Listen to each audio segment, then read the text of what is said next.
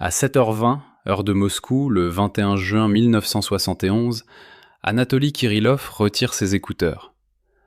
Il le fait avec la lenteur des hommes qui ont appris, depuis longtemps, à ne pas montrer ce qu'ils viennent d'entendre. Dans la salle du centre de contrôle des vols, les haut-parleurs diffusent encore la voix officielle, celle qu'on attend, celle qu'on veut. Elle dit, en russe, avec ce ton de ceux qui répètent une phrase 1000 fois avant de la dire pour de vrai. Tout est nominal à bord. Nous préparons la descente. Nous nous sentons bien. Anatoly connaît la musique. Il l'a déjà entendue, cette musique. Il connaît chaque note, chaque silence entre les notes. Il sait que derrière les mots officiels, il y a d'autres mots, ceux qu'on ne transcrit pas, ceux qu'on n'inscrit nulle part, ceux qu'on enterre vivants dans la mémoire d'un opérateur fatigué. Car le canal est resté ouvert quelques secondes après la fin officielle. 3, peut-être 4, peut-être 5.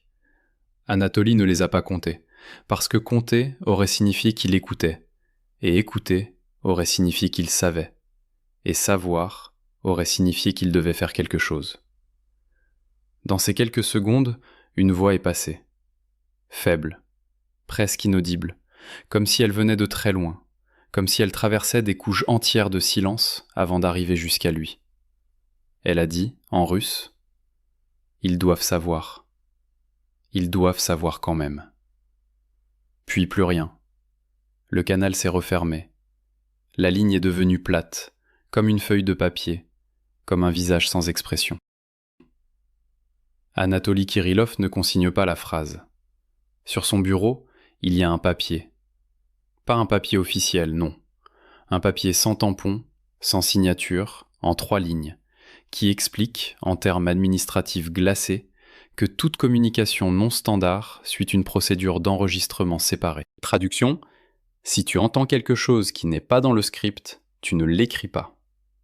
Traduction : si tu entends quelque chose qui pourrait changer le monde, tu le ranges dans ta tête, là où personne ne pourra le lire. Anatoly comprend. Il a toujours compris. Il glisse le papier dans le tiroir du bas, celui qui ferme mal, celui où il met ses cigarettes quand il ne fume pas, celui où il met les choses qu'il faut oublier vite. La voix, elle, ne va pas dans le tiroir. La voix reste. Pendant 32 ans, elle reste.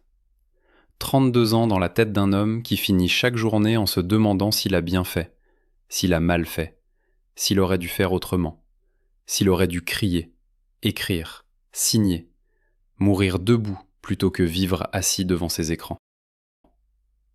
Il n'en parle qu'à sa fille, une fois, une seule fois, peu avant sa mort, en 2003. Elle s'en souviendra après, parce que les mourants ont parfois cette cruauté de dire enfin ce qu'ils n'ont jamais dit, et cette douceur de ne le dire qu'à une seule personne.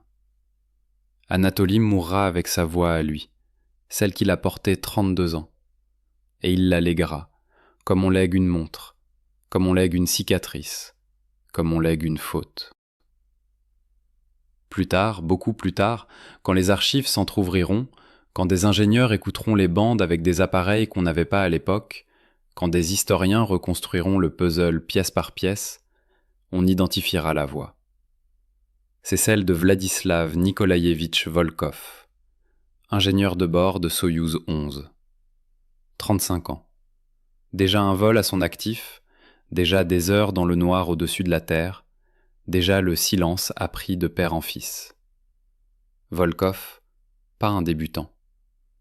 Volkov, pas un homme qui parle sous le coup de l'émotion. Volkov, un homme qui sait, depuis l'enfance, que chaque mot peut devenir un piège, que chaque phrase peut briser une vie, que le silence n'est pas une absence mais un outil.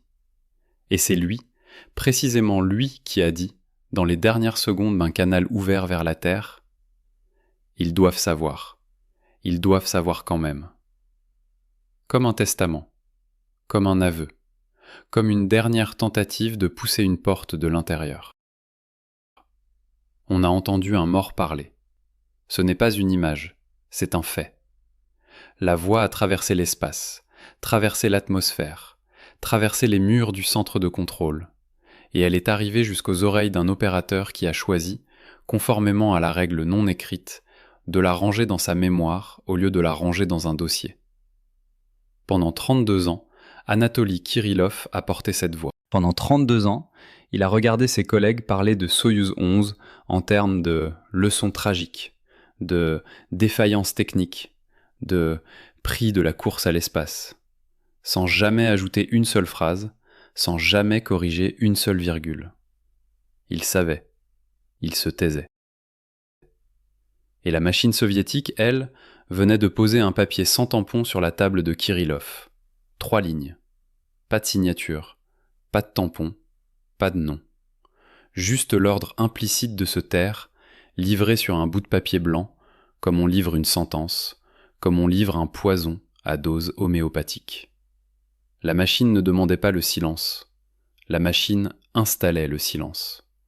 Elle le posait là, sur le bureau, à côté des écouteurs, à côté du café froid, à côté de la vie ordinaire d'un opérateur qui faisait son travail, qui faisait bien son travail, qui rentrait chez lui le soir, qui embrassait sa fille, qui ne disait rien.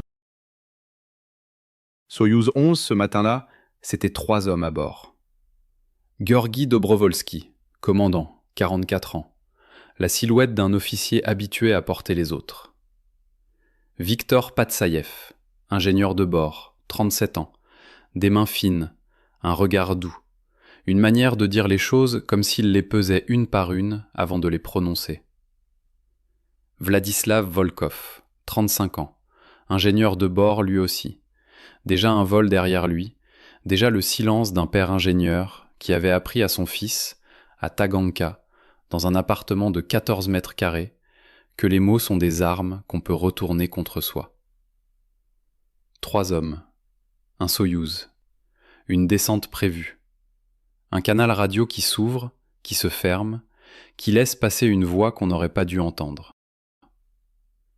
Car il y a une chose qu'on doit comprendre avant d'aller plus loin. Dans l'espace soviétique, tout était double. Il y avait la version qu'on imprimait, la version qu'on diffusait, la version qu'on enterrait dans les revues scientifiques avec des délais de 5, 10, 15 ans, et il y avait la version qu'on n'imprimait jamais. La version qui vivait dans les têtes, dans les tiroirs, dans les cassettes audio qu'on cachait sous des lames de parquet, dans les cahiers qu'on ouvrait après minuit, dans les conversations à voix basse entre un père et sa fille, entre un mourant et celle qui resterait.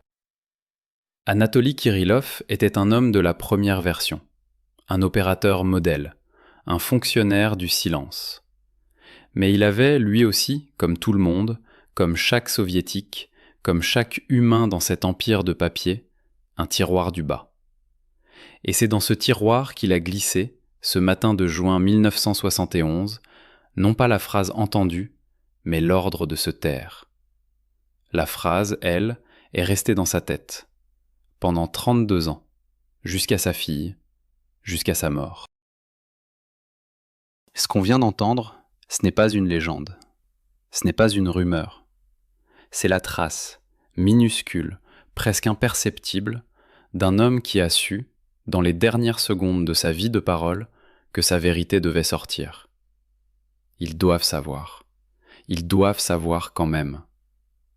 Pas un cri, pas une accusation, pas une plainte, une certitude. Celle d'un homme qui a compris que ce qu'il porte est trop lourd pour un seul homme, que ce qu'il sait est trop grand pour un seul cerveau, que la vérité, si elle ne sort pas, meurt avec lui, et qu'avec elle, meurent aussi tous ceux qui auraient pu la recevoir, la comprendre, la transformer en connaissance. Volkov ne criait pas. Volkov ne se révoltait pas. Volkov faisait, dans les dernières secondes où sa voix pouvait encore porter, ce que son père lui avait appris à ne jamais faire. Parler vrai. Ouvrir la bouche. Dire ce qu'on pense. Et le dire même quand on sait que personne ne voudra l'entendre. Anatoly Kirillov, dans la salle de contrôle, a entendu cette voix. Il a compris t'y parlais. Il a compris ce que parler voulait dire.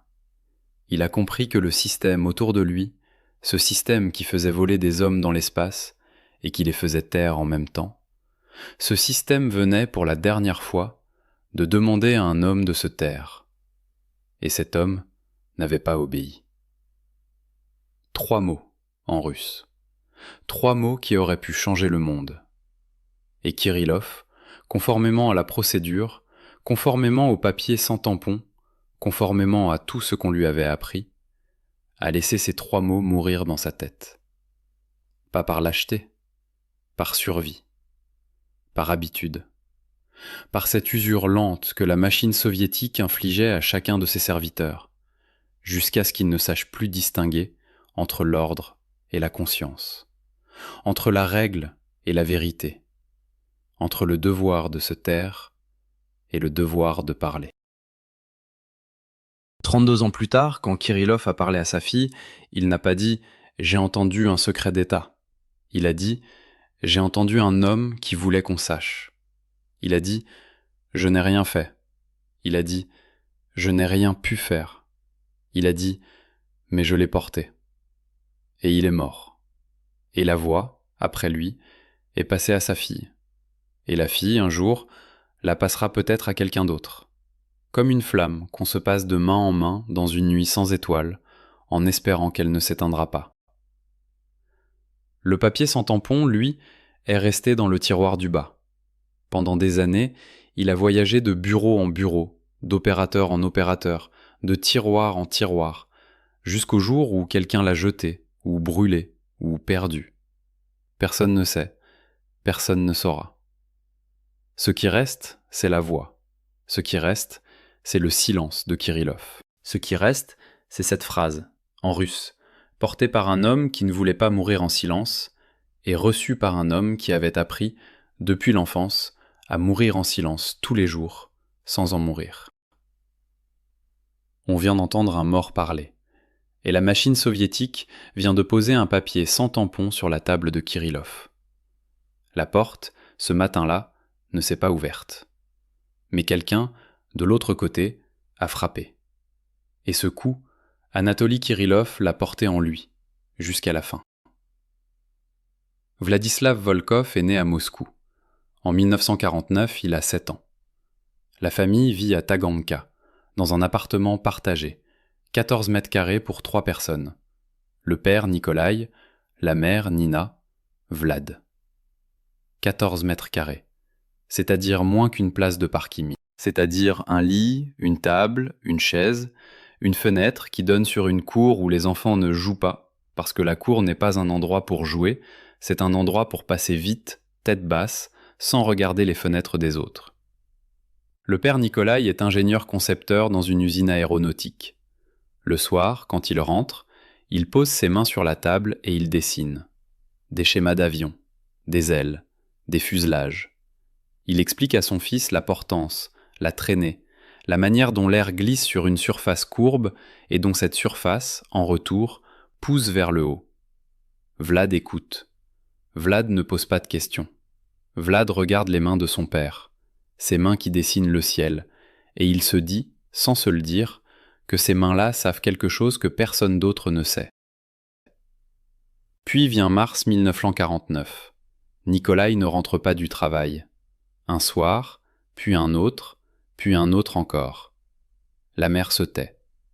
Elle ne dit pas « il est en retard », elle ne dit pas « il a été retenu », elle ne dit rien. Elle fait ce que font les femmes des ingénieurs qui ne rentrent pas. Elle continue à préparer le dîner, à poser les assiettes, à couper le pain, comme si de rien n'était, comme si l'absence était une habitude, comme si le silence autour de la table était une chose normale. 3 semaines passent. 3 semaines de silence. 3 semaines où Vlad, 7 ans, apprend à manger en regardant le tabouret vide du père, à dormir en entendant la mère se retourner dans le lit, à se réveiller en sachant, sans qu'on le lui dise, que quelque chose est arrivé qui ne se dit pas. Puis une voisine dit à la mère, à voix basse, dans le couloir, sans ouvrir la porte, « Ce n'est pas politique, c'est une imprudence ». Traduction, ce n'est pas une arrestation pour haute trahison, ce n'est pas une arrestation pour complot, c'est une arrestation pour avoir dit, à voix haute, devant du monde, lors d'une réunion d'usine, qu'une décision technique était mauvaise. Nikolai avait contesté une décision, pas une décision politique, une décision technique. une décision sur une aile, sur un longeron, sur un rivet. Mais la décision appartenait à quelqu'un qu'on ne contredisait pas, et Nikolai l'avait contredite, à voix haute, devant du monde. 2 ans de camp. L'article est flou. Pour propos, dira-t-on plus tard, comme on dit pour rien, comme on dit pour avoir parlé. Le père revient vivant, mais autre, silencieux. Il ne dessine plus le soir, il ne parle plus d'avion, il ne parle plus du tout. Il rentre du travail, il mange, il dort, il se lève, il part. Ses mains ne dessinent plus. Ses mains restent posées sur la table, à plat, comme des objets sans usage. Vlad, 9 ans maintenant, regarde ses mains. Il comprend, sans qu'on le lui explique, que les mots sont un outil. Il comprend que les mots, mal tenus, blessent celui qui les tient. Il comprend qu'il faut apprendre à sourire la mesure exacte, à parler la dose exacte, à garder l'essentiel au fond de soi, là où personne ne peut aller le chercher, là où personne ne peut le prendre.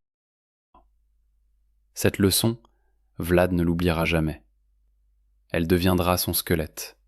Elle deviendra la forme invisible de tout ce qu'il fera, de tout ce qu'il dira, de tout ce qu'il ne dira pas.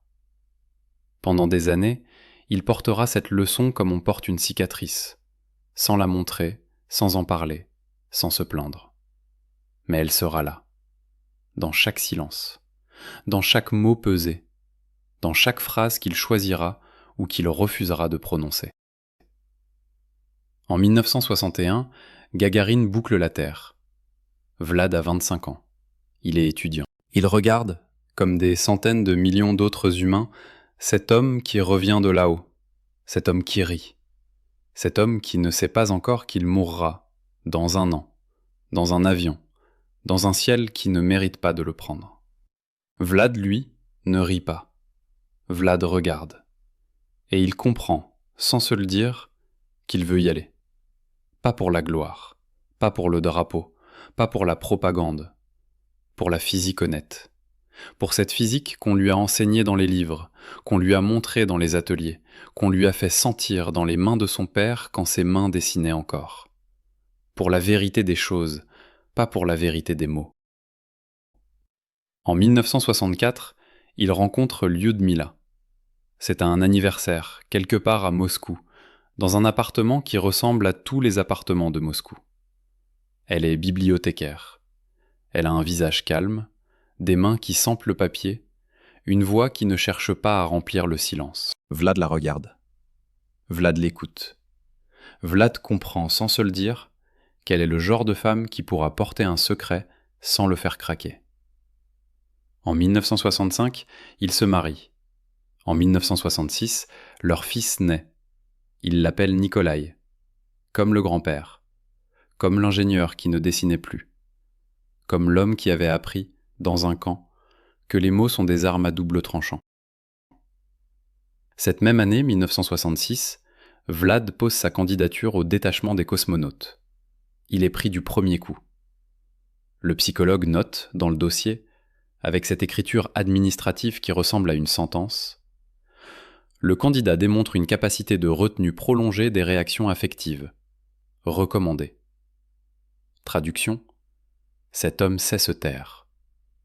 Traduction : cet homme a appris, enfant, à avaler ses larmes, à ranger ses colères, à sourire quand il faut sourire, à se taire quand il faut se taire. Traduction : cet homme est parfait pour un programme où l'on ne parle que de ce qu'on a le droit de parler. En 1968, Vlad rentre à la maison et dit à Lyudmila « Il va voler ». Silence obligatoire avant l'annonce officielle. Pas un mot à personne. Pas un mot au voisin, pas un mot à la belle-sœur, pas un mot au fils de 6 ans qui dort dans la pièce d'à côté. Lyudmila le regarde. Elle demande « Tu le veux ?» Vlad dit « Oui ». Elle dit « Alors vole ». 3 mots. 3 mots russes. 3 mots qui contiennent tout ce qu'il y a à dire quand on aime quelqu'un qui va monter dans une fusée. La question, la réponse, la permission. Pas de peur affichée, pas de prière, pas de scène, juste la reconnaissance que l'autre est un être humain capable de vouloir et qu'on n'a pas le droit de lui retirer ce qu'il veut vraiment. Voilà comment on devient cosmonaute dans l'Union soviétique de 1968. On devient cosmonaute en ayant d'abord appris, à 7 ans, à se taire devant la chaise vide du père. On devient cosmonaute en ayant compris, à 9 ans, que les mots peuvent briser une vie. On devient cosmonaute en ayant passé un test psychologique qui mesure non pas le courage, non pas l'intelligence, non pas la résistance physique, mais la capacité à avaler ses larmes pendant des heures, des jours, des semaines. On devient cosmonaute en ayant une femme qui dit, en 3 mots, tout ce qu'il y a à dire, et qui ne demande rien d'autre que la vérité de la réponse. La retenue notée par le psychologue en 1966 a été forgée en 1949, à 7 ans, devant un père qui avait cessé de parler. Vlad n'a jamais parlé de cette nuit à personne. Vlad n'a jamais parlé du camp à personne. Vlad n'a jamais parlé des mains qui ne dessinaient plus à personne. Mais cette nuit était dans chaque mot qu'il prononçait. Cette nuit était dans chaque mot qu'il ne prononçait pas. Cette nuit était dans la manière dont il signait un document, dont il saluait un collègue, dont il embrassait son fils, dont il regardait Lyudmila avant de partir le matin. La retenue, chez Vlad, n'était pas une qualité acquise. C'était une cicatrice recousue. Lyudmila, elle, a compris sans qu'on lui explique. Parce qu'elle était bibliothécaire. Parce qu'elle passait ses journées dans le silence des livres. Parce qu'elle savait, mieux que quiconque, que les mots les plus importants sont ceux qu'on ne prononce pas. Quand elle a dit « alors vole », elle n'a pas dit « je t'aime ». Elle n'a pas dit « reviens ». Elle n'a pas dit « isprudent ». Elle a dit ce qu'il y avait à dire. Et Vlad a entendu ce qu'il y avait à entendre.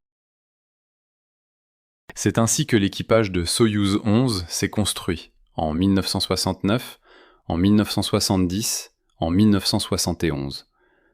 3 hommes qui avaient chacun, à leur manière, appris à se taire. Georgi Dobrovolski, le commandant, fils de pilote, porté par une discipline transmise de génération en génération. Viktor Patsaïev, l'ingénieur aux mains fines, élevé dans la précision des instruments, dans la patience des mesures, dans l'art de ne pas forcer le geste. Et Vladislav Volkov, l'homme de Taganka, l'homme des 14 mètres carrés, l'homme qui avait compris, enfant, que le silence n'est pas une absence, mais un choix. 3 hommes, 3 silences, une cabine. Le père de Vlad, Nikolai, est mort quelque part dans les années 60. Il est mort silencieux, comme il avait vécu silencieux. Il n'a pas su que son fils deviendrait cosmonaute. Il n'a pas su que son petit-fils s'appellerait Nikolai, comme lui. Il n'a pas su que son nom serait un jour prononcé dans un centre de contrôle des vols, par un opérateur qui ne savait rien de lui, mais qui savait tout de l'homme que son silence avait forgé. Vlad, lui, a su. Vlad a toujours su. Et c'est pour ça qu'il a appris à sourire la mesure exacte, à parler la dose exacte, à garder l'essentiel au fond de soi. Car l'essentiel, chez Vlad, ce n'était pas le métier, ce n'était pas la fusée, ce n'était pas la carrière. L'essentiel, c'était cette leçon paternelle, transmise sans un mot, reçue sans une larme, portée sans une plainte. Une leçon qu'on ne trouve dans aucun manuel, qu'on n'enseigne dans aucune école, qu'on ne mesure avec aucun test psychologique. Une leçon qui dit, simplement, tiens tes mots comme tu tiens tes outils. Ne les laisse pas tomber, ne les laisse pas rouiller, ne les laisse pas blesser ceux qui les reçoivent. Mais ne les laisse pas non plus t'échapper. Voilà l'homme qui, en 1969, va voler pour la première fois. Voilà l'homme qui, en 1971, va voler une deuxième fois, et qui ne reviendra pas. Voilà l'an portera dans sa cabine un magnétophone caché, 2 missions officielles, et un silence de 26 ans, forgé dans un appartement de 14 mètres carrés, à Taganka. Voilà l'homme dont la voix, dans les dernières secondes d'un canal ouvert, dira en russe « Ils doivent savoir ». ils doivent savoir quand même. Comme un testament, comme un aveu, comme le dernier mot d'un homme qui avait appris, enfant, à ne jamais prononcer le dernier mot. Lyudmila, ce soir de 1968, a dit « Alors vole ». Elle ne savait pas qu'elle lui donnait, en 2 mots, la permission de tout dire et de tout risquer. Elle ne savait pas qu'elle lui ouvrait, en 2 mots, la porte qu'il refermerait ensuite, pendant 3 ans, jusqu'à ce que la porte, enfin, cède. Mais elle savait, elle, que cet homme-là ne reviendrait pas comme il était parti. Elle savait, sans se le dire, que l'espace ne rend pas les hommes qu'il prend. Elle savait, sans se le dire, qu'elle l'aimait assez pour ne pas le retenir. Voilà l'histoire d'un silence appris à 7 ans, porté jusqu'à 35, et brisé, un matin de juin 1971, dans les dernières secondes où la voix pouvait encore porter. Octobre 1969, Baïkonour. Le vent de la steppe mord les visages, coupe les mains, s'engouffre sous les combinaisons. Le cosmodrome est une mer de béton grise, plate, sans horizon. Sur le pas de tir, un Soyouz attend, blanc et gris, comme un crayon posé debout. Il est 6h40, heure locale. 3 hommes montent à bord. Vladislav Volkov, Anatoly Filipchenko, Vladimir Volotchine. 3 hommes, une cabine, un vol annoncé comme groupé avec Soyouz 6 et Soyouz 8. Manœuvre de groupe, expérience scientifique. Vol officiel, vol propre, vol qui fera la une des journaux du soir et la couverture des revues du dimanche. 2e jour de vol, au-dessus du Pacifique. Volkov enfile le casque pour vérifier l'étanchéité du scaphandre. C'est un geste de routine. C'est un geste qu'on fait 1000 fois à l'entraînement. On enfile le casque, on vérifie le joint, on écoute si l'air passe, si le bruit de sa propre respiration revient comme il doit revenir, sourd, régulier, mat. Volkov enfile le casque. Et dans le casque, il y a autre chose. Un son. Rythmé, répété. Non mécanique. Il varie comme une intonation vivante. Il n'a pas la régularité d'un parasite. Il n'a pas la dureté d'une interférence. Il a la texture d'une voix qui parlerait à voix basse, derrière une porte, dans une langue qu'on ne comprend pas, mais dont on comprend le rythme. Volkov écoute. Volkov ne bouge pas. Volkov laisse le casque sur ses oreilles et il écoute. Puis il fait ce qu'il faut faire. Il enlève le casque. Le son disparaît.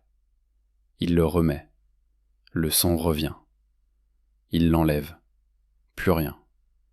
Il le remet. Le son revient. 3 fois. 4 fois. 5 fois. Le son revient toujours. Ni Filipchenko ni Volotchine n'entendent rien. Ni l'un ni l'autre. Ils sont à 1 mètre de lui, peut-être moins, et ils n'entendent rien. Volkov regarde ses coéquipiers.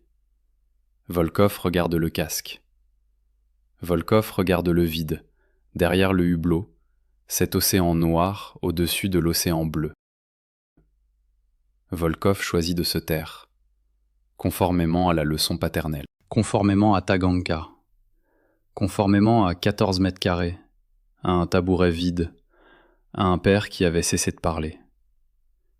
Les mots sont un outil. Les mots, mal tenus, blessent celui qui les tient. Volkov ouvre son rapport. Il écrit, en russe, avec la précision de l'ingénieur, « Anomalie acoustique brève enregistrée, probablement liée à la résonance de la coque en apesanteur. Vérification technique recommandée. » Il signe. Il rend le rapport. La vérification revient. Norme. Un mot. Norme. Le mot qu'on colle sur les choses qu'on ne veut pas regarder. Le mot qui ferme les portes qu'on ne veut pas ouvrir. De retour à Moscou, Volkov ne se tait pas. Pas en surface. En surface, il fait ce qu'on attend de lui. En surface, il sourit la mesure exacte, Il parle la dose exacte, il garde l'essentiel au fond de soi. Mais en profondeur, il demande accès aux archives des conversations des expéditions précédentes. Officiellement, pour préparer un vol à venir. Officieusement, pour écouter la nuit, casque sur les oreilles, dans la cuisine pendant que Lyudmila et Nikolai dorment. Lyudmila ne sait pas. Nikolai ne sait pas. Personne ne sait. Volkov écoute, assis sur une chaise, à 3 heures du matin, dans une cuisine qui sent le pain et le café froid, et il écoute. Il écoute Voskhod 2, 1965. Il écoute les premiers tours de Gagarine. Il écoute des copies de conversations américaines obtenues par un ami de l'Institut, un ami qu'il ne nommera jamais, un ami qui comprenait, sans qu'on le lui explique, qu'il y a des choses qui se passent à voix basse. Volkov écoute, et il retrouve le rythme. Le même rythme. Dans Voskhod 2, dans Gagarine, dans Apollo, le même rythme. Pas le même son, le même rythme. Comme une signature, comme un motif qu'on reconnaîtrait entre mille. Conclusion, ce n'est pas un parasite. Ce n'est pas une résonance de Koch. C'est pas une interférence électromagnétique. C'est une présence. Une présence qui parle, à sa manière, à des hommes qui montent là-haut. Une présence qui ne parle pas en mots, mais en rythme. Une présence qui attend, peut-être, depuis longtemps, que quelqu'un l'écoute. Cette conclusion, Volkov ne l'écrit nulle part. Cette conclusion, il la porte en lui, comme son père portait le silence de Taganka. Cette conclusion, il la rumine, nuit après nuit, dans la cuisine, pendant que le café refroidit et que le sommeil ne vient pas. Il pense aux anomalies acoustiques. Il pense à Filipchenko et Volotchine, qui n'entendaient rien. Il pense à la possibilité que lui seul entende. Il pense à la possibilité que cette présence l'ait choisi, lui, l'homme de Taganka, l'homme du silence appris, l'homme qui savait écouter parce qu'il avait appris, enfant, à écouter le vide. Puis il pense autre chose. Il pense qu'il ne peut plus travailler seul. Il pense que ce rythme, cette présence, ce qu'il a entendu dans le casque au-dessus du Pacifique, c'est trop grand pour un seul homme. C'est trop grand pour un ingénieur de bord. C'est trop grand pour un opérateur de cuisine à 3 heures du matin. C'est trop grand pour un homme qui a appris à se taire. Il faut que quelqu'un d'autre sache. Pas pour parler, pour vérifier, pour croiser, pour confirmer ou infirmer, pour transformer une intuition d'ingénieur en fait scientifique, ou en fait impossible, mais en fait. Le programme soviétique a classé norme ce qu'un ingénieur entendait comme une voix. Norme. Ce mot, dans l'Union soviétique de 1969, est un mot de fonctionnaire.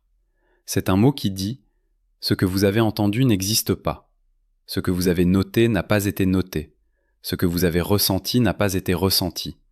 Retournez à votre poste, fermez votre rapport, signez ici. » Norme. Le mot qui empêche les hommes de regarder ce qu'ils voient. Le mot qui empêche les hommes d'entendre ce qu'ils entendent. Le mot qui empêche les hommes de dire ce qu'ils savent. Volkov, lui, n'a pas obéi.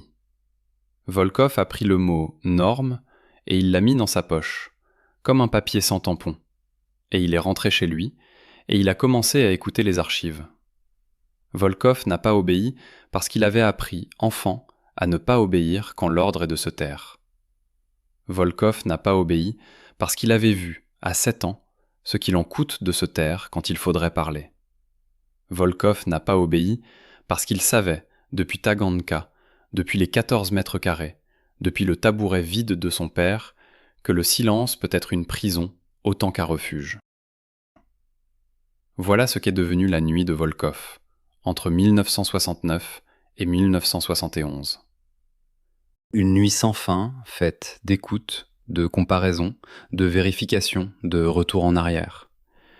Une nuit où il a appris, cassette par cassette, que le rythme qu'il avait entendu dans le casque n'était pas un accident, que ce rythme existait avant lui, qu'il existerait après lui, que ce rythme était une signature, et que cette signature était adressée à des hommes qui montaient dans le ciel.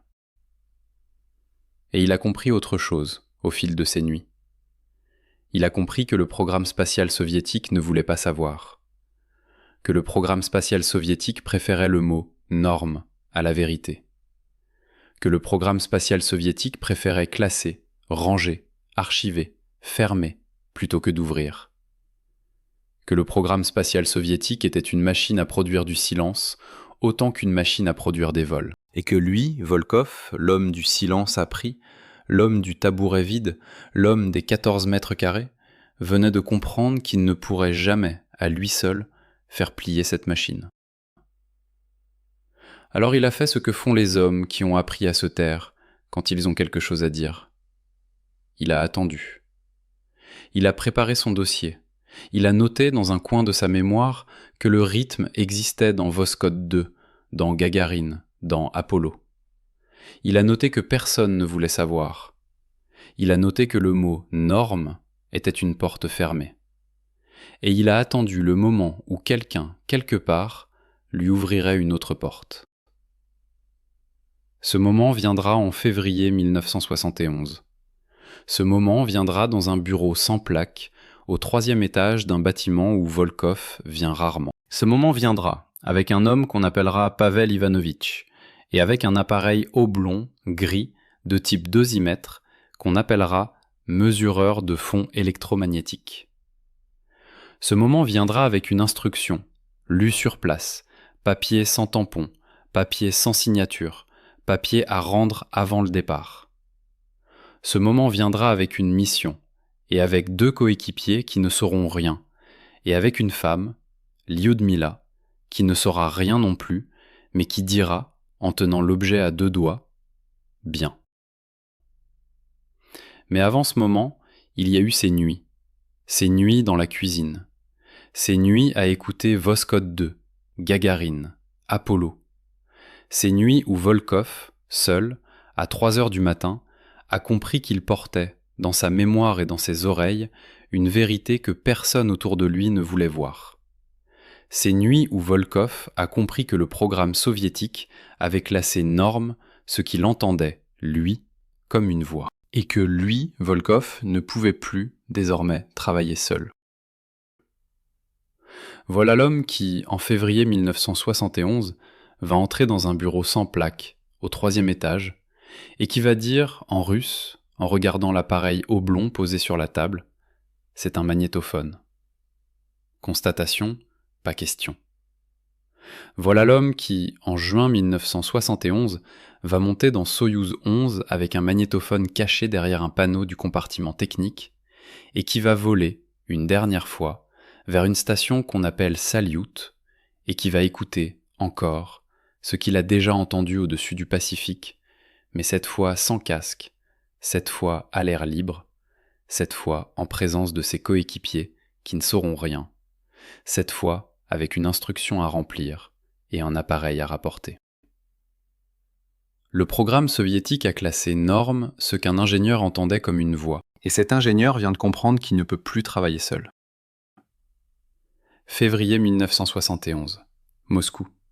Volkov apprend sa désignation pour Salyut par un appel du curateur du détachement. Pas une lettre, pas un téléx, pas un ordre écrit. Un appel. Une voix au bout du fil qui dit « Présentez-vous ». Pas d'adresse, pas de bureau, pas de plaque. Juste un rendez-vous, à 1 heure, dans un endroit que Volkov ne connaît pas. Volkov note, Volkov se tait, Volkov y va. Le bureau est au 3e étage d'un bâtiment où Volkov vient rarement. Pas de plaque sur la porte, pas de nom sur la sonnette. Juste une porte, grise, avec une poignée qui ne grince pas. À l'intérieur, un homme, civil en civil, allure militaire, regard à côté, comme s'il regardait toujours un point situé 1 mètre derrière l'interlocuteur. Pavel Ivanovitch. Pas de nom de famille connu. Pas de nom de famille demandé. Dans ce genre de bureau, on n'a pas de nom de famille. On a une fonction. Pavel Ivanovitch a une fonction. Il attend Volkov. Volkov entre. La porte se ferme. Pavel Ivanovitch parle. Il annonce, en russe, avec ce ton des hommes qui disent des choses lourdes en les faisant paraître légères, « Félicitations, tu voles vers Saliout. Commandant Dobrovolski. Deuxième ingénieur de bord, Patsaïev. De bonnes gens. » Volkov écoute. Volkov ne pose pas de questions. Volkov regarde l'homme en face de lui. Cet homme qui ressemble à un militaire qui ne veut pas l'être.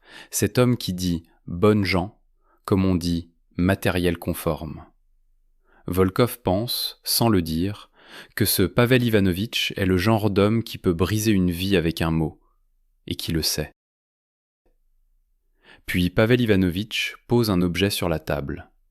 Un appareil oblong, gris, de type dosimètre, petit, léger, comme un gros étui à cigarette. « Mesureur de fond électromagnétique », dit Pavel Ivanovitch. « En partie vrai. » Volkov regarde l'objet. Volkov regarde Pavel Ivanovitch. Volkov dit, en russe, d'une voix plate, sans émotion. « C'est un magnétophone. » Pas une question, une constatation. Comme on constate qu'un couteau est un couteau. Comme on constate qu'un mensonge est un mensonge. Pavel Ivanovitch ne sourit pas. Pavel Ivanovitch ne cille pas. Pavel Ivanovitch confirme, en russe, par un silence qui vaut aveu. Puis l'instruction, lue sur place. Papier sans tampon, papier sans signature, papier qu'il faudra rendre avant le départ. 5 lignes, en russe, avec cette écriture administrative qui ressemble à une sentence. Consigner toute anomalie acoustique à bord. Consigner toute lecture non standard d'instruments. Consigner toute observation subjective de l'équipage si elle est exprimée. Rendre compte par canal séparé à des gens sans uniforme et sans sourire. La formulation en russe est exacte. Люди без формы и без улыбки. Des gens sans uniforme et sans sourire. Volkov lit. Volkov relit. Volkov regarde Pavel Ivanovitch. Volkov demande en russe. À qui est-ce utile ? Pas pourquoi, pas comment. À qui ? La question d'un ingénieur qui a compris que les objets ont des propriétaires et que les propriétaires ont des usages. Pavel Ivanovitch répond en russe avec la lenteur des hommes qui pèsent chaque mot.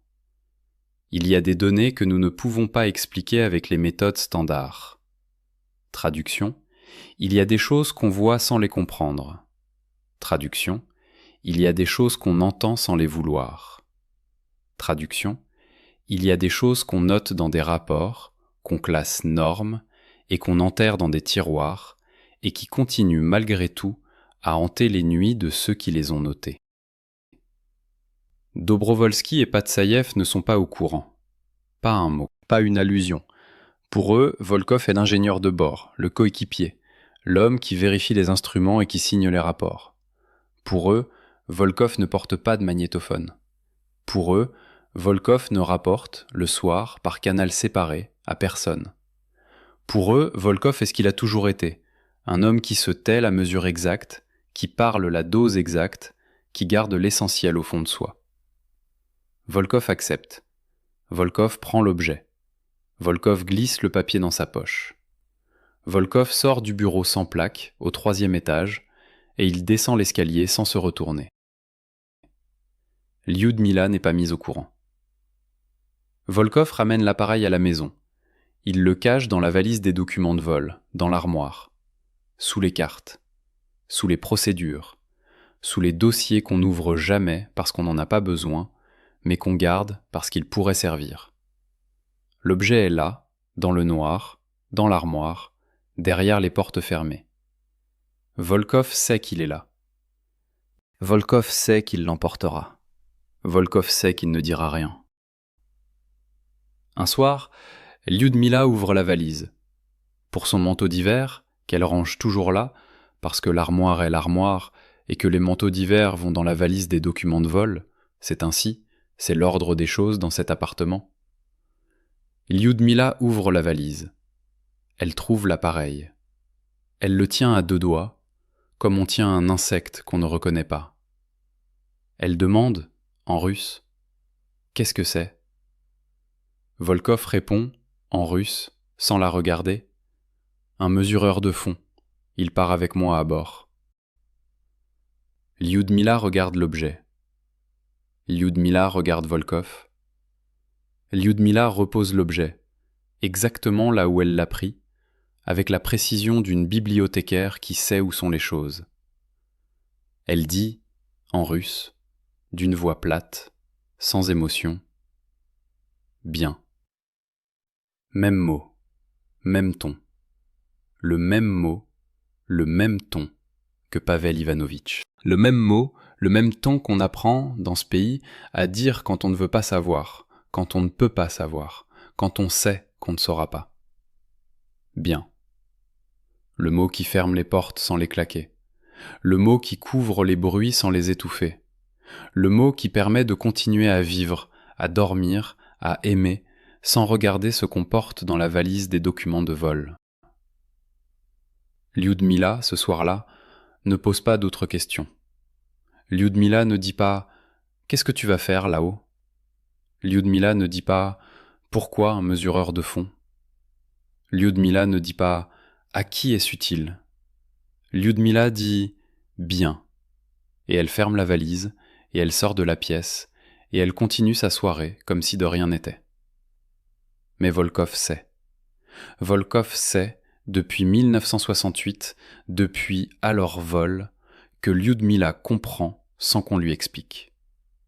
Volkov sait que Lyudmila a tenu l'objet à 2 doigts, et qu'elle l'a reposé, et qu'elle a dit « bien », et que dans ce « bien », il y a tout ce qu'elle ne dira pas. La peur, l'amour, la résignation, la fierté, le silence. Voilà comment on prépare un vol spatial en Union soviétique, en février 1971. On entre dans un bureau sans plaque. On y rencontre un homme sans nom de famille. On y reçoit un appareil sans nom officiel.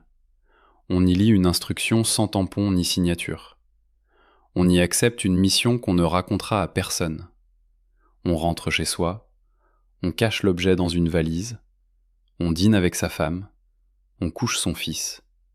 On dort. Et le matin, on se lève, et on fait ce qu'on a à faire, parce qu'on l'a choisi, et parce que ceux qui nous aiment ont compris, sans qu'on le leur dise, qu'on ne reviendra peut-être pas comme on est parti. Dobrovolski et Patsaïev, eux, ne sauront rien. Pas avant le départ, pas pendant le vol, pas après peut-être s'ils reviennent. Pour eux, Volkov sera l'ingénieur de bord, le coéquipier, l'homme qui vérifie les joints et qui signe les journaux de bord. Pour eux, le magnétophone n'existera pas.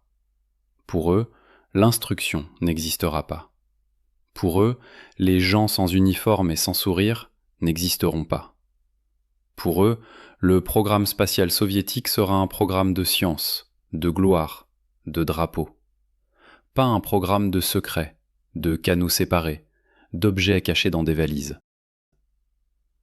Voilà l'homme qui, en juin 1971, va monter dans Soyouz 11, avec un magnétophone caché, 2 missions officielles, 2 compagnons qui ne savent rien, et une femme qui sait tout, sans qu'on le lui ait dit. Voilà l'homme qui, le 7 juin 1971, à 10h45 heure de Moscou, va franchir le seuil de Salyut, et sentir, comme on sent un changement de pression, que quelqu'un vient de quitter la pièce.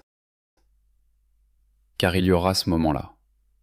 Ce moment où Volkov, passé l'écoutille, entré dans la station, posera le pied sur le plancher de Salyut et sentira, dans l'air recyclé, dans le silence de la cabine, dans le vide autour, que quelqu'un vient de quitter la pièce. Pas quelqu'un qu'on voit, pas quelqu'un qu'on entend, quelqu'un qu'on sent, comme on sent un regard dans le dos, comme on sent une présence derrière une porte, comme on sent, enfant, que ses parents ont parlé de quelque chose d'important qu'on n'a pas le droit de savoir. Voilà l'homme qui, à partir de ce moment-là, ne sera plus seul.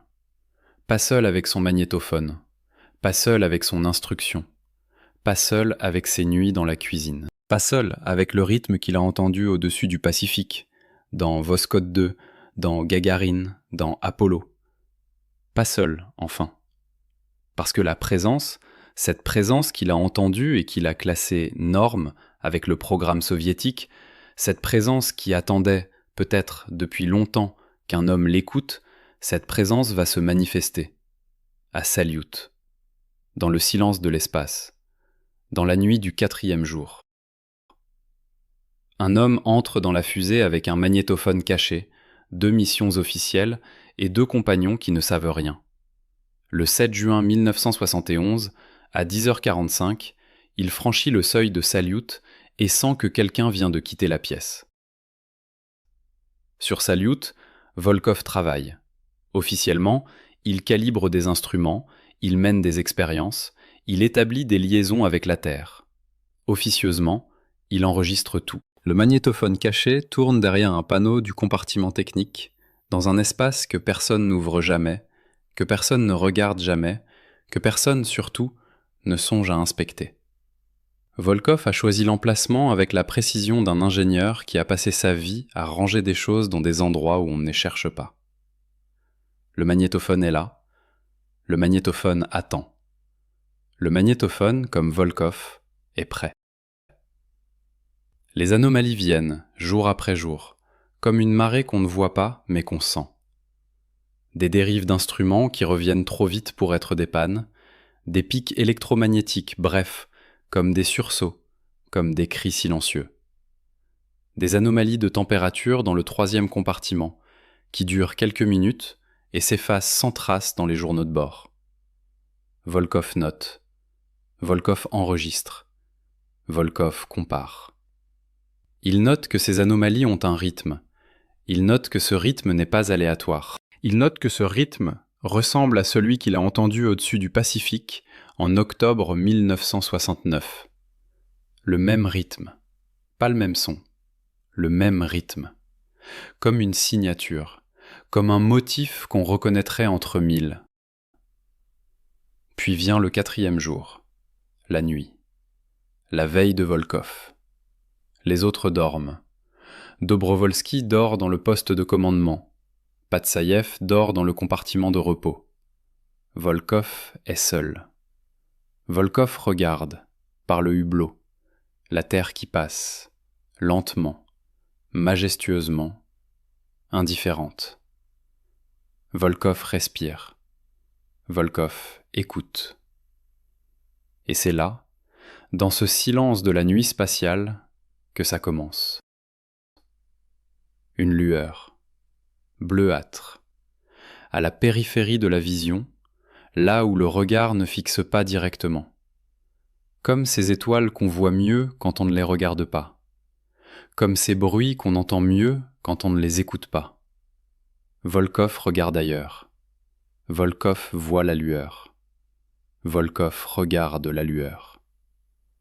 La lueur disparaît. Volkov regarde ailleurs. La lueur revient. Volkov ne bouge pas. Volkov laisse faire.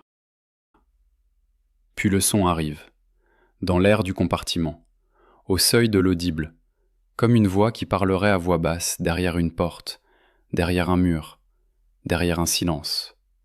Le rythme qu'il connaît, mais différent. Non plus signal lointain, non plus présence à la limite de l'audible, présence vivante, souffle. Quelque chose qui respire à sa manière dans la cabine. Quelque chose qui regarde à sa manière, à travers Volkov. Le motif se décompose en flux parallèles. Le motif se recompose. Structure comparable à une formule. Comparable à une fugue de Bach. Volkov écoute. Volkov n'a pas peur. Volkov a appris, enfant, à ne pas avoir peur de ce qui vient dans le silence. Puis les images, qui ne sont ni rêves ni hallucinations. Images d'un espace vivant, non vide, parcouru de connexions, d'autres consciences, distinctes et reliées, comme les lumières d'une ville vue d'en haut. Volkov voit, Volkov comprend, sans qu'on le lui explique, que ces consciences ne sont pas hostiles, curieuses, attentives, observatrices. Elles regardent Volkov comme Volkov regarde, à travers le hublot, la terre qui passe. Volkov voit des mondes, des existences collectives sans perte d'individus. des existences solitaires absolues vécues comme liberté. Aucune hostile à l'humain, aucune. Volkov regarde, Volkov enregistre, dans sa tête, dans son corps, dans chaque cellule de sa mémoire d'ingénieur. Volkov sait, sans se le dire, qu'il ne pourra jamais tout restituer. Volkov sait, sans se le dire, qu'il doit essayer. Puis l'avertissement. Pas des mots, du sens. Comme une main qu'on pose sur l'épaule. Comme une voix qu'on entend sans les oreilles. En russe, dans sa tête, le sens se traduit « Sur votre planète, il y a ceux qui auront peur. Ceux pour qui cette connaissance sera une menace, pas un don. Ceux qui tenteront de fermer ce qui doit être ouvert. On peut seulement retarder. Et le prix du retard se paye toujours en hommes. » Volkov écoute. Volkov comprend. Volkov sait que l'avertissement est vrai. Volkov sait que sur sa planète, il y a Pavel Ivanovitch. Il y a les gens sans uniforme et sans sourire. Il y a le mot « norme ». Il y a le tiroir du bas. Il y a le papier sans tampon. Volkov sait que l'avertissement parle de lui, de ses coéquipiers, de tous ceux qui monteront après lui. Volkov sait que le prix du retard, c'est peut-être sa propre vie. 10e jour. Second contact. Plus court, plus précis. Mise en garde sur la fragilité des écosystèmes, sur l'accumulation de chaleur atmosphérique, sur les choix techniques à courte vue qui deviendront des problèmes à grande échelle. Volkov enregistre sur les 2 magnétophones, celui qu'on lui a confié, celui qu'il a apporté lui-même dans la valise des documents de vol, dans la poche intérieure, près du cœur. Le personnel est caché derrière un panneau du compartiment technique. Volkov enregistre. Volkov transcrit, de mémoire, dans sa tête, chaque mot, chaque image, chaque sensation. 13e jour. Un message non officiel arrive par canal séparé, à lui seul. Volkov seul, dans le compartiment technique, lit le message, en russe, sans formule, sans politesse. Anomalie enregistrée sur les instruments au sol. Rapport complet requis après l'atterrissage. Oral, sans enregistrement. Volkov lit, Volkov relit, Volkov comprend. On lui demande depuis la Terre de tout avaler, de tout restituer à l'oral, de détruire les bandes, de redevenir l'homme qui se tait la mesure exacte, qui parle la dose exacte, qui garde l'essentiel au fond de soi. Volkov regarde le magnétophone. Volkov regarde le message. Volkov prend le magnétophone personnel, celui qu'il a apporté lui-même, celui qu'il a caché près du cœur. Il dicte, en russe, d'une voix qu'il ne reconnaît pas. Une voix qui est celle de son père peut-être. Une voix qui est celle de l'homme qu'il aurait été si Taganka n'avait pas eu lieu. 13e jour. Instruction reçue, rapport oral, sans enregistrement. Je considère cette instruction inacceptable. Ce que j'ai observé à bord n'appartient ni à une institution, ni à un État. Cela appartient à tous. Je continue l'enregistrement. Volkov arrête le magnétophone. Volkov le cache, de nouveau, près du cœur. Volkov regarde par le hublot la terre qui passe. Volkov sait, désormais, qu'il a franchi une ligne. La ligne qu'il avait appris, enfant, à ne pas franchir. La ligne que son père avait apprise en camp à ne pas franchir. La ligne qu'on apprend, dans ce pays, à respecter comme on respecte un mur. Volkov l'a franchi. Volkov sait que le prix du retard se paye en homme. Volkov sait qu'il est peut-être, désormais, l'un de ces hommes. Un dialogue, à l'orbite, au hublot. Patsaïev regarde la Terre. Patsaïev dit, en russe, à voix basse, comme on se parle à soi-même. Tu sais ce que je pense ? Quand tu regardes comme ça, tu comprends que tous nos secrets, là en bas, ils ont l'air un peu petits. Volkov répond, en russe. Oui, exactement. Puis il se tait. Il le regrettera. Plus tard, quand il dictera dans le magnétophone ses dernières pensées avant le retour, il regrettera de n'avoir pas dit plus. Il regrettera de n'avoir pas dit à Patsaïev, à Dobrovolski, ce qu'il voyait, ce qu'il entendait, ce qu'on lui avait montré. Il regrettera le silence qu'il avait appris à garder. Il regrettera, enfant, d'avoir appris à se taire la mesure exacte. 17e jour. 3e contact. Plus court. Sensation de pause, non d'adieu. Nous t'avons donné ce que nous pouvions donner dans ces conditions. La suite, c'est ta décision. Volkov comprend. Le mur de silence construit depuis l'âge de 9 ans, depuis Taganka, depuis le tabouret vide, depuis les mains du père qui ne dessinaient plus, ce mur vient de devenir une cage. Volkov comprend qu'il a porté ce mur toute sa vie. Volkov comprend que ce mur, désormais, l'empêche de dire ce qu'il doit dire.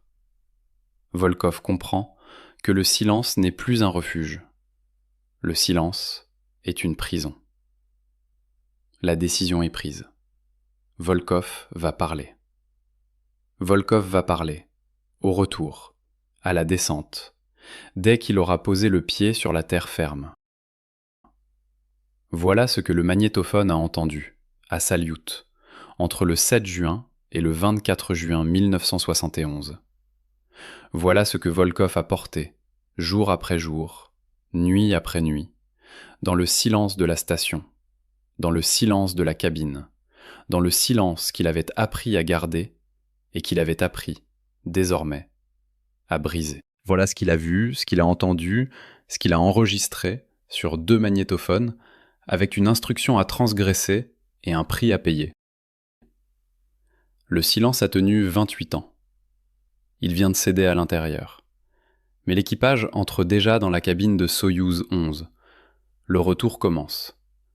Et le magnétophone, lui, continue à tourner, caché derrière un panneau, près du cœur de Volkov, prêt à restituer ce que la Terre ne voulait pas entendre. 19e jour. Préparation du retour. Dîner standard, mots standard. Volkov regarde l'océan Indien se réveiller sous la station, immense, lent, indifférent. Il prend le magnétophone personnel, celui qu'il a caché près du cœur depuis le début, celui qui a enregistré l'instruction du 13e jour, celui qui a enregistré le dialogue avec Patsaïev, celui qui a enregistré la décision de parler. Il dicte, en russe, d'une voix qu'il ne reconnaît pas, une voix qui est celle d'un homme qui a vu et qui sait qu'il ne reviendra pas comme il est parti. Si un jour on trouve ceci et qu'on écoute, sachez, je n'étais pas fou, je n'étais pas effrayé, j'étais sain d'esprit et de mémoire ferme. J'ai vu ce que j'ai vu, et je n'ai pas le droit d'emporter cela avec moi. Il arrête le magnétophone. Il le glisse dans la combinaison, près du cœur, sous la couche qui ne se voit pas. Il sait qu'il ne pourra pas le sortir, là-bas, à la descente. Il sait que d'autres le trouveront, peut-être. Il sait que ce magnétophone, comme le message dans la bouteille, est lancé sans destinataire connu. 14h30. Transfert vers Soyouz 11. Désamarrage. Départ standard. Volkov, Dobrovolski, Patsaïev, dans la cabine, sanglé, calme. Volkov pense, sans se le dire, que c'est la dernière fois qu'il regarde la Terre d'en haut. Volkov pense, sans se le dire, que c'est la dernière fois qu'il sentira, dans sa poitrine, cette présence qu'il a appris à reconnaître au 4e jour. Volkov pense, sans se le dire, que c'est la dernière fois qu'il entendra, au seuil de l'audible, ce rythme qu'il a suivi depuis 1969. Volkov ne dit rien. Volkov regarde. Volkov attend. Impulsion de freinage à l'heure prévue. Descente. Volkov regarde, par le hublot, l'atmosphère qui se rapproche, orangée, violente, belle. Et là, à l'extérieur, il voit des taches lumineuses. Une à gauche, en dessous, une à droite, une troisième devant, très bas, à la limite de l'atmosphère. 3 taches, qui suivent la capsule. parallèlement, à distance constante, comme des escortes, comme des regards, comme des adieux. Patsaïev voit aussi. Patsaïev demande, en russe, « Qu'est-ce que c'est ?» Dobrovolski répond, en russe, avec la voix d'un commandant qui veut rassurer son équipage, « Phénomène atmosphérique, décharge électrique à l'entrée dans l'atmosphère. » Patsaïev insiste, en russe, « Il bouge avec nous. » Dobrovolski appelle la Terre, en russe, sur le canal officiel. « Ici Soyouz 11. Nous enregistrons des anomalies lumineuses dans la zone de descente. 3 objets se déplacent en parallèle. » Le centre de contrôle répond, en russe, avec la voix des hommes qui classent ce qu'ils ne veulent pas voir. Bien reçu. Probablement décharge atmosphérique. Continuez la descente en mode nominal. Dobrovolski note. Patsaïev regarde. Volkov regarde. Volkov sait, sans se le dire, que ce ne sont pas des décharges. Volkov sait, sans se le dire, que ce sont eux. Ceux du 4e jour. Ceux du 10e jour. Ceux du 17e jour. Ceux qui ont dit « Nous t'avons donné ce que nous pouvions donner. La suite, c'est ta décision. » Volkov sait qu'ils sont là, qu'ils escortent la cabine, qu'ils ne la lâcheront pas. Volkov ne dit rien. Volkov regarde. Volkov attend. Entrée atmosphérique. Rupture de liaison. 17 minutes 14 secondes. Standard attendu, 3 à 5 minutes. Dans la salle du centre de contrôle, Anatoly Kirillov note la durée. La salle se tait. Pas un mot. Pas un bruit.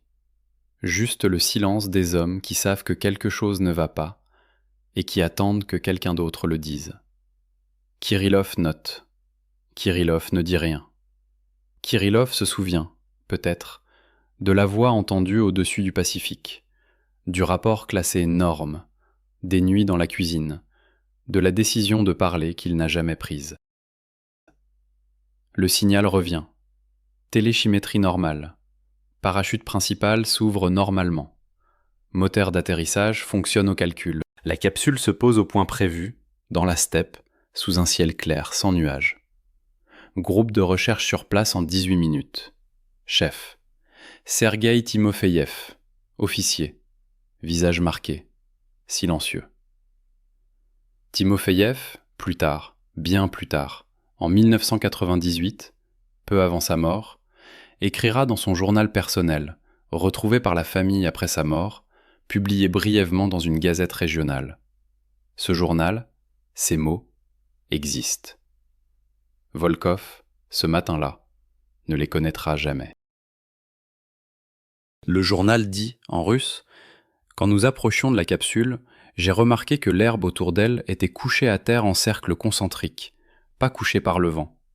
Il y avait presque pas de vent. Couchée uniformément, comme si quelque chose de lourd et de rond s'était posé à côté et était reparti. Rayon environ 8 mètres. Au centre de ce cercle se trouvait la capsule. L'odeur était forte, ozone, très pure, comme juste après un coup de tonnerre. Mais le ciel était clair, sans un nuage. Le journal dit, en russe, « Ils avaient l'air comme s'ils s'étaient simplement arrêtés, comme si quelque chose en eux s'était simplement arrêté. Sans lutte, sans douleur. Les visages étaient paisibles. » Couvercle ouvert du premier coup.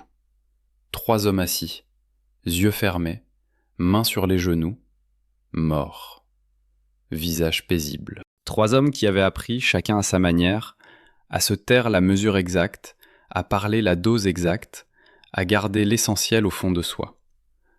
3 hommes qui étaient morts, ensemble, dans une cabine, sans lutte, sans douleur, avec un visage paisible que Timofeyev, en officier, ne saura pas nommer.